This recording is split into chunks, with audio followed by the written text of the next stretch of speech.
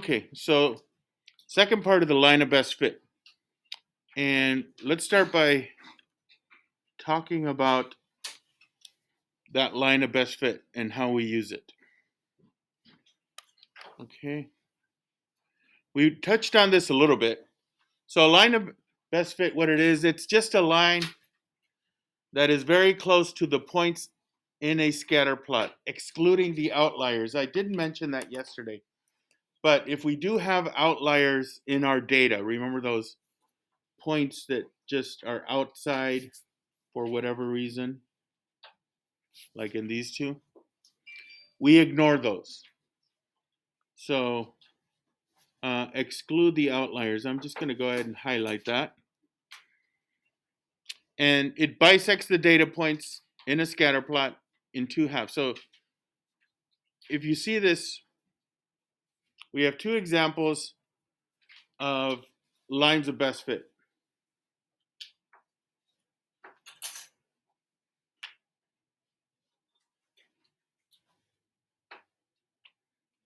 And that's these two. Those are two good examples of what a line of best fit should look like. It's kind of bisects. It's kind of right in between all the data. Bisect means cuts in half. And what's wrong with this bottom one? What do you notice? Yeah, it's not. Most of the data is down below, bless you. And the line is above all the data. So this one's not a line, not a good example, or it's not really a line of best fit. Okay? All right. So let's go ahead and take a look at how we make some predictions with a line of best fit. I'm going to push this up a little bit. So we've done this before. I just want to make sure we have it on the notes here. So how to use a line of best fit to make a conjecture at 21 degrees Celsius. So if we look at this graph, it looks like we're measuring temperature on the x-axis in degrees Celsius and sales in dollars. And it looks like as the temperature warms up, sales go up. So maybe they're selling, I don't know, ice cream, swimsuits, something that involves as temperature increases, your sales are going to go up. And you can see at 21 degrees Celsius, not Fahrenheit. So 21 degrees Celsius is actually a nice temperature. They would make $480 in sales. All right. So we've done that before where you draw your line of best fit. You pick a data point on one axis, go over to the line, and see what you get on the other axis. And we'll be doing some more of that. We'll be doing some conjectures. In fact, we're going to do one right now. Okay? So let's go ahead and take a look at example number 1. You guys ready? Let me adjust this for myself. Here we go.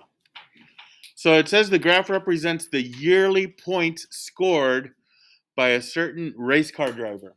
So race car drivers earn points, and that's how they make their money. The more points you make, obviously, the higher up the rankings you are, and you make some money. So we're going to draw a line of best fit. So would you say that the data here is, the association, is it strong or weak? What do you think? Okay, so strong, remember, means the points are tightly together. It looks like most of them are. And maybe we have some weak points here, right? But mostly strong. So I don't know what happened here on these years. Things were a little rough later on, but overall it looks like if we had to make a line of best fit, the best way to do it is you make, especially if it's kind of spread out a little more like this, we'll make a little, encircle it. and you want to bisect this, cut it in half. Okay, so get your handy dandy ruler, and what you want to try to do as much as possible is get about as many points on one side of that ruler as on the other side, and it's helpful that we could see both sides. So I think this might do it. If I draw this line here, let's count the points, shall we? How many? Six and 5. Let's do that because it's 11 points anyways. I don't think we can cut one in half and get it. Well, maybe. Yeah, that kind of split the difference perfectly. Let's go with that. I'm gonna do it in red. Something like that, more or less. Your line may be a little bit different from mine, but it should be around the same location. Okay? So that's going to be my line of best fit, and hopefully yours looks similar to that. And what we're going to do is we're going to answer the next question. So the question is, use the line of best fit to make a conjecture about the points the driver will score in 2015. Okay, so now we have to figure out when 2015 is going to be. So this is years since 1999. So 1999, since that. So the first year would be what? What would the first year be? Okay, that would be at 0. So here, this would be 5 years after 1999 would be what? Yeah, 1990. Well, 2004. 2004. So this would be 2009. So 15 won't be 2015, it'll be 2014, right? So we would want to go one more after 15. So maybe about there. Let's say that's 2015, right about there. What are we going to do to figure out? Yeah, draw a line. Just go up, up, up, up, up, up, up. I should have used my ruler now that I'm thinking about it. But I think we're good. And then I'm just going to go across from there.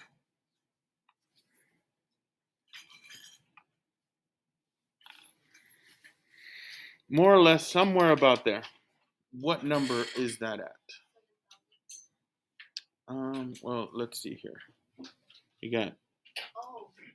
Yeah, it's a little deceiving, right? Because 7,000, but that goes with this line right below it. So that one above would be 8,000. So somewhere between 7 and 8,000, it looks like. So that's actually what I'll put. You could say about 7,000 or between 7,000, 8,000, if yours landed right about where mine is. So I'm going to put that. Between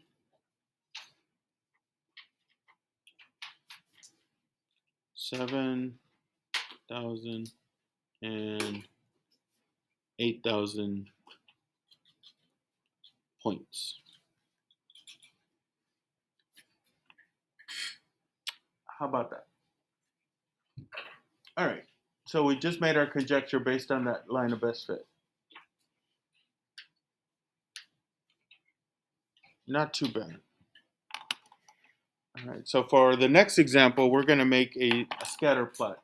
And on the assignment, you'll be making a couple of these. Okay, you guys ready?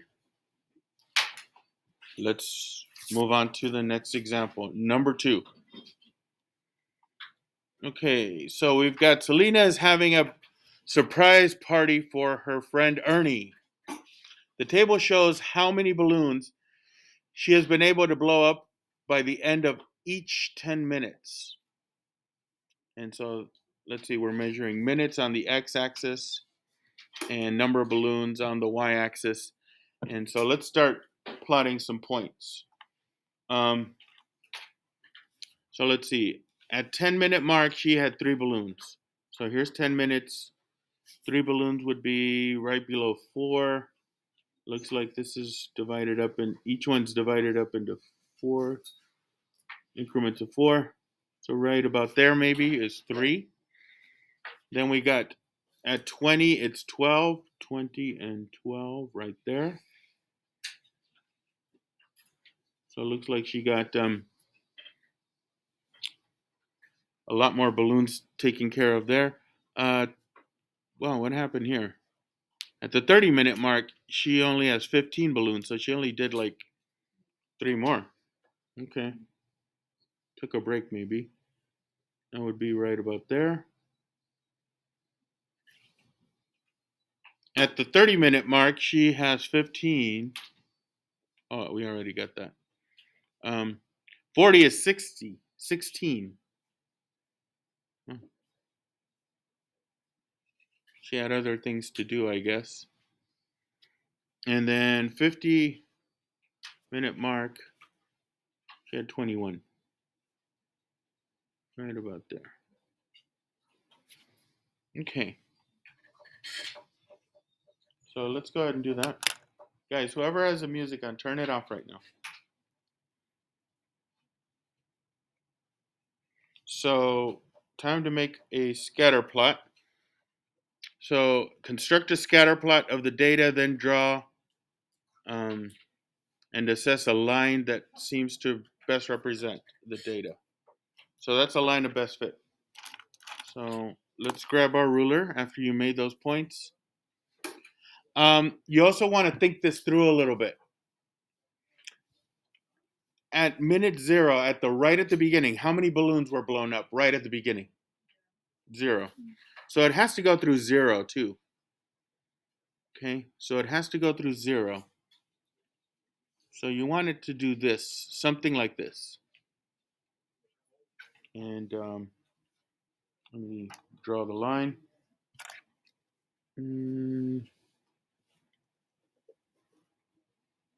Okay, I'm going to make that my line of best fit. Okay? Now, took care of part A. It says use the data. We're on part B now. Use the line of best fit to make a conjecture about the number of balloons she will have blown up at the end of 70 minutes. So if you believe what you see here with this line of best fit, we're interested in what happens at 70 minutes. So let's go ahead and take a look at what happens there. So we're going to go here, and it looks like it's going to be about 32 balloons at that point.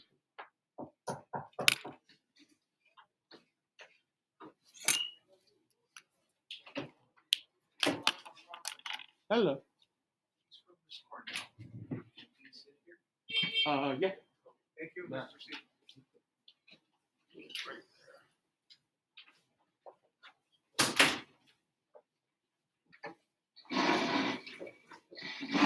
Thank you. All right, so how many balloons at the 70-minute mark? 32. 32, so let's go with 32 balloons there.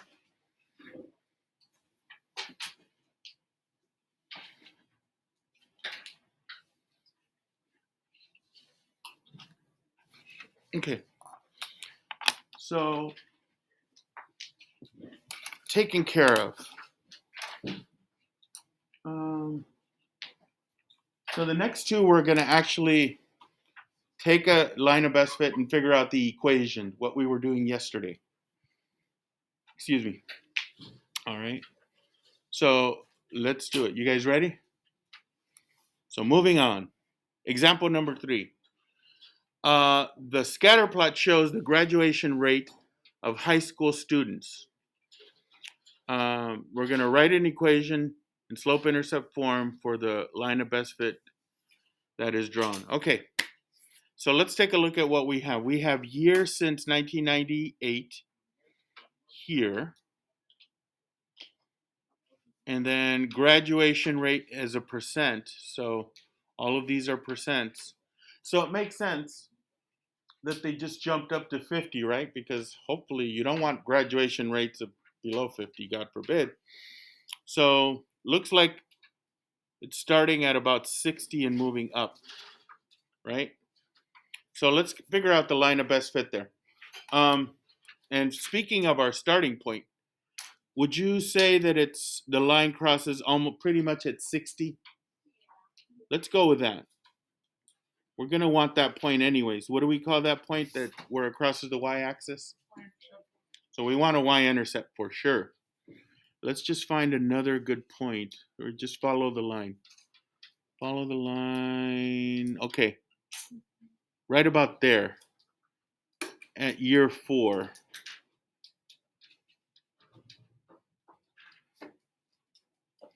So right there at year 4, we'll go with that. We need 2 points on the line.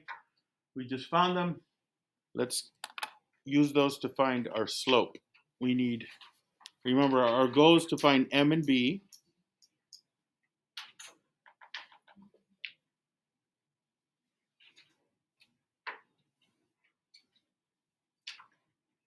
And can we just say that our B value is 60?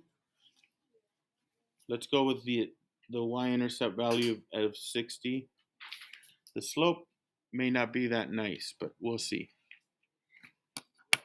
Let's see. We're going to go up and over. So look at the y-axis. We went up one step, one level. What number is that if I go up this much? I went up from 60 to 65, so that went up 5. So it looks like the numerator, the rise is 5. So it went up 5% over how many years? 4 years. So it's 5 over 4. 5% every 4 years. So we got our equation now. We got a slope, we got a y-intercept. We could say the equation for the graduation over years is y equals 5 over 4 x plus 60. Okay. So now we have to interpret the slope and the y-intercept. Okay, we haven't done this before, but it's basically we have to explain using the data, using what the data tell us. What does the slope mean in this case? So the slope is the y value, the change in y value over the run, the change in x value. What are we measuring on the y side? What are we measuring here? Graduation rate is a percent. And so it went up 5% every, that's interpreting the slope. So for the slope, let's say graduation rate went up, graduation rate went up 5% every 4 years.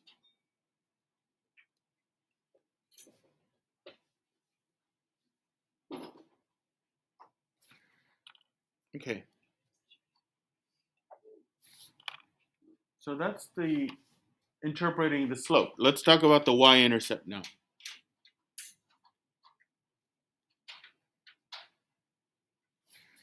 So for the y-intercept,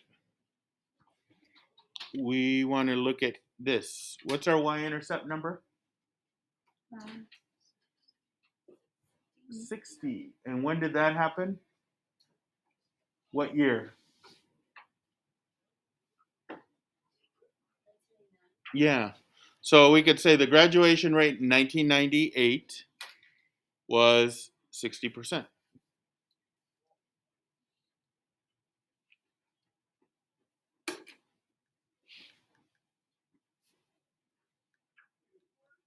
It's at the beginning, and the beginning is 1998.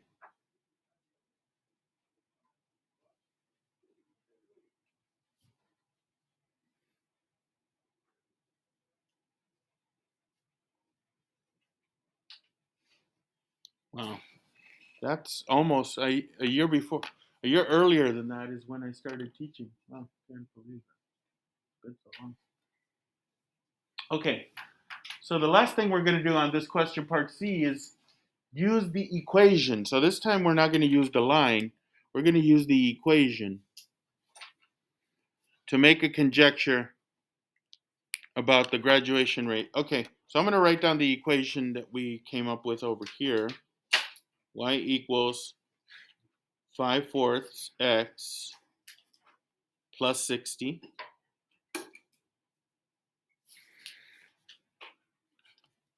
And so we want to figure out the graduation rate in 2020. So let's figure out when that would be. So let's see. 0 is 1998. 1 would be 1999. This would be 2000, 2001, 2002, 2003, 4, 5, 6, 7, 8. 10 years later, that's 2008. So it looks like we're 2 years behind that. So to get to, I think we have to make that how many years? 22 years? To get to, yeah. If we want to get to, if we want to get to 2020, this is 8. How much more? How many more do we need? 12. So 10 and 12 is how much? 22. So that means X is going to be 22.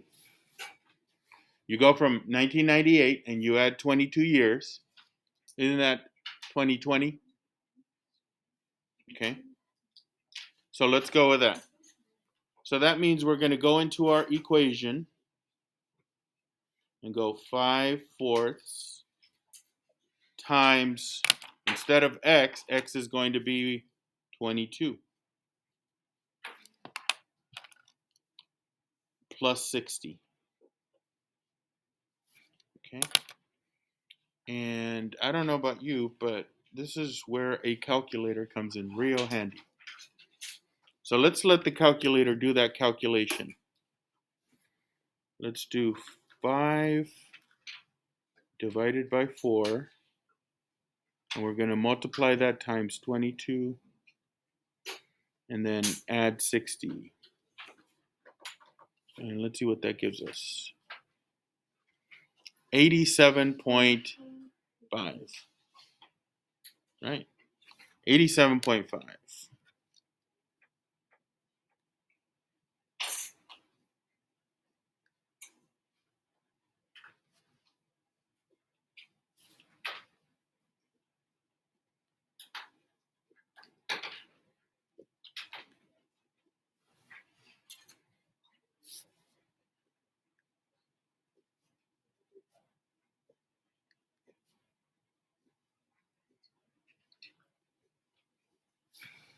By 2020. Okay. Not too bad. Any questions? So that makes sense. It's been going up.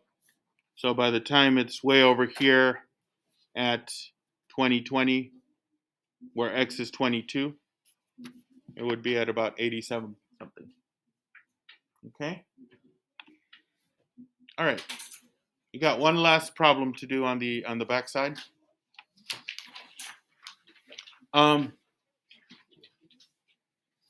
So do you ever notice? Have you ever seen those shows where they're climbing Mount Everest? You ever seen where they're mountain climbing? Yeah. And so, they're a lot of times they like to show Mount Everest because it's the highest peak on Earth, the highest mountaintop. And they're always climbing it. Did you know what time of year they're climbing it? It looks like winter, right? It's always in the summer because that's when the weather would be the best. But it's cold, cloudy, snowy. Basically, at that elevation, it's always cold, right? You know that. So the higher up you go in elevation, what happens to the temperature? It gets colder. Yeah, it gets colder. So here's proof of that. On this last one, it says the graph shows the average annual temperature at different elevations. So on Earth, based on, they took the temperatures throughout the year and they averaged it out, and at different elevations. And this is in meters. Okay. As you go higher and higher up, what happens to the temperature? It gets colder, goes down. Okay. And so there's a line of best fit for the data there. Okay. So the first thing we're going to do is write an equation to form the line of best fit, or from the line of best fit that is drawn. Okay. So let's figure out what's the first point we should look at. What's the first point we always want to identify on these? Yeah, the y-axis. We want this point.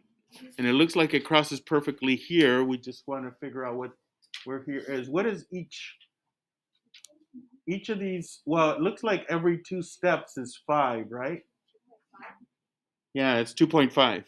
So each step is 2.5. So if this is 20, if you add 2.5 to 20, this would be 22.5. So this is 22.5 degrees Celsius. This is in degrees Celsius, right? So do you guys know about Celsius? Is that cold? Is that hot? Is that just right? In degrees Celsius though. It's actually not too bad. It's like 73 or so. In degrees Fahrenheit, 22.5 would be about 73 degrees, I think. So that's comfortable. Okay, remember, we use Fahrenheit. The rest of the world uses Celsius. So every time I go to, well, anywhere else, but I go to Mexico a lot, they use Celsius and kilograms and stuff, and it kind of throws me off. Okay, so that's degrees Celsius. So on average, at 0, this would be at 0, that's sea level. On average, it's about 72 degrees Fahrenheit, 22.5 degrees Celsius. Okay, we got to find another point besides this one. Help me out, guys. 500. Oh, the one after 500, right? Wherever this is. I see it. Thank you. Right here. Is that the one I want? Yeah, right there. And that's at, oh, it looks like this is 250 each now. So that's 750.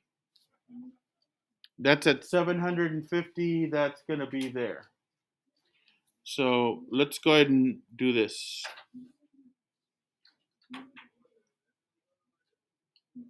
Let's figure this out. This is our slope. We're going to go down. Down how much? Well, it looks like every 2 steps is how much? 5. So we went down 5. It's every 2 is 5, so that's -5. And then how much did we go across? Every 3 of these is how much? Yeah, every one is 250, so that's 750. Okay. So the slope is the following. M is -5 over 750. So basically for every 5, it goes down 5 degrees for every 750 meters you go up. But let's reduce that because I know 5 goes into both of those. I'm going to divide both of those by 5.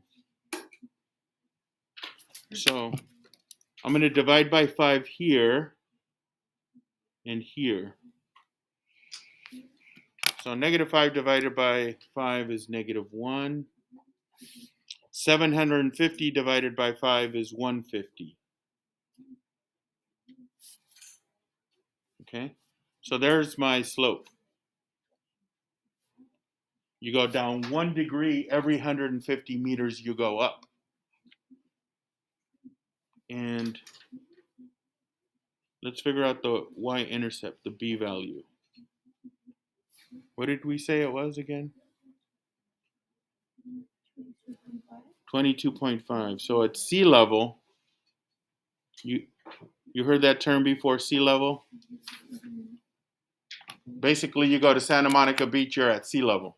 At sea level, the average temperature is about 22.5 degrees, about 73 degrees on average year round.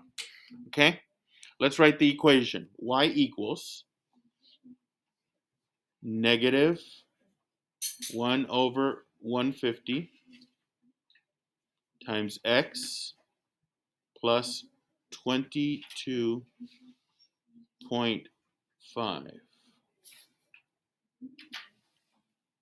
So there is the equation I want. Okay. So this equation can tell me, if you tell me the elevation, you tell me how high up you are, I'll tell you on average how cold it should be. Okay. Let's interpret the slope in y-intercept. Let's do the slope. Okay. So that negative 1 over 150, remember I just talked about what it means? So the temperature goes down how many degrees? Goes down 1 degree every how many meters? Yeah. Every 150 meters you go up. So this is what it means. Temperature goes down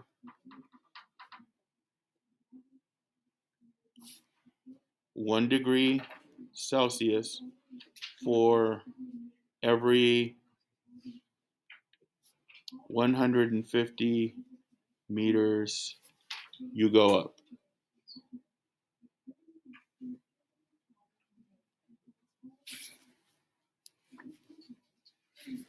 That's basically what that slope is telling us.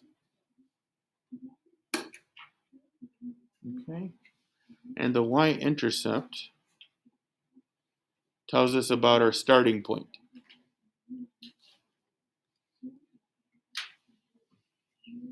What do we call when you're at zero elevation? That special name for that?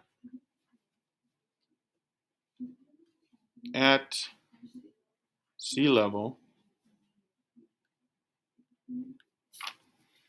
the average temperature is 22.5 degrees Celsius.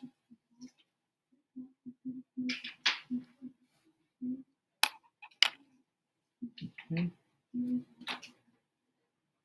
Which is it's between 72 and 73 degrees Fahrenheit. So it's actually warmer than it is outside right now. Okay. So let's use this information for the last part. This part I didn't know. It says Mount Whitney in California. I've actually seen it, never climbed it or anything, but I've seen Mount Whitney.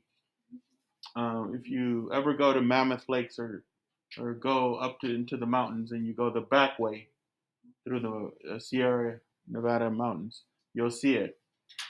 It's huge. It's Mount Whitney in California is the tallest mountain in the continuous United States. There's taller mountains. I think it's called Denali in Alaska. That's the tallest mountain of all the United States. But in the lower 48, where we're at, it's the tallest. Its peak is 4,421 meters above sea level. Make a conjecture about what would be the annual temperature at the top of Mount Whitney be. Okay, so let's see here. Well, first of all, that's going to be our x value. The value for x is going to be 4,421. And then we have our equation, right? Y equals negative 1 over 50, or 150, negative 1 over 150 times x plus 22.5. And that's pretty ugly, but that luckily we have a calculator. Let's replace x with 4,421. So here we go. This is going to be negative 1 over 150 times 4,421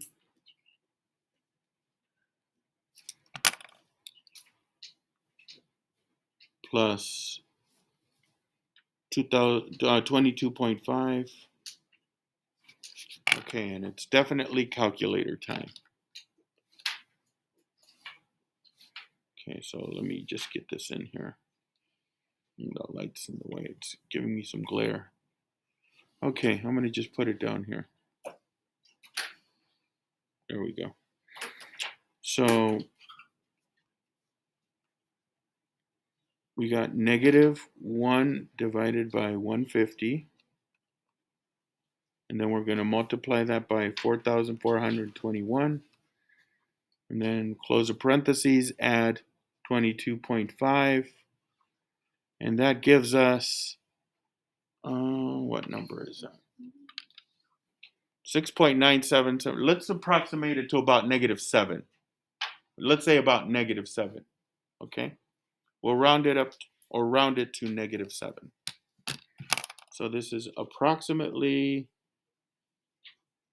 negative 7 degrees Celsius. That's cold. Anyone know how much that would be in like Fahrenheit, what we use? That's about 20 degrees. 20 degrees Celsius, Fahrenheit. That's cold, right? Yeah, right now outside it's what? Maybe 60 degrees. So imagine 20 degrees. On average, that's the temperature there. So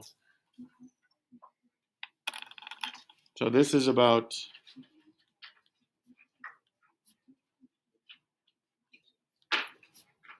20 degrees Fahrenheit. So it's pretty cold. All right, guys. I'm going to go ahead and pass out the assignment, and then I'll get them. Yeah.